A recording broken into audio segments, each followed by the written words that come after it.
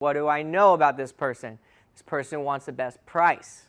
Person doesn't necessarily want a relationship, although I can build a relationship around price or savings.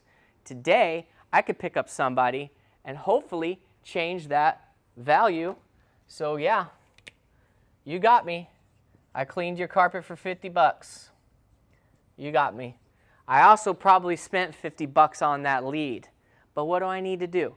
I need to try to increase the ticket, increase the cost of my services, increase the ticket, and of course reduced cost doesn't apply here. But that's not only it. I've got LTV, lifetime value. My hope is that I get them, I keep them, they tell others, and now all of a sudden I spent 50 for you. Maybe I broke even in that first time, hopefully not. But now over a year, over 2, over 3 years, I spent $50. And now every 6 months you spend $50 with me. So that's 200. And I know you're going to use me for the next 5 years. So that's 100, 50 and 50, 100 times 5 years. That's 500. So that's 50 divided by 50. Now we're talking. Now we're talking.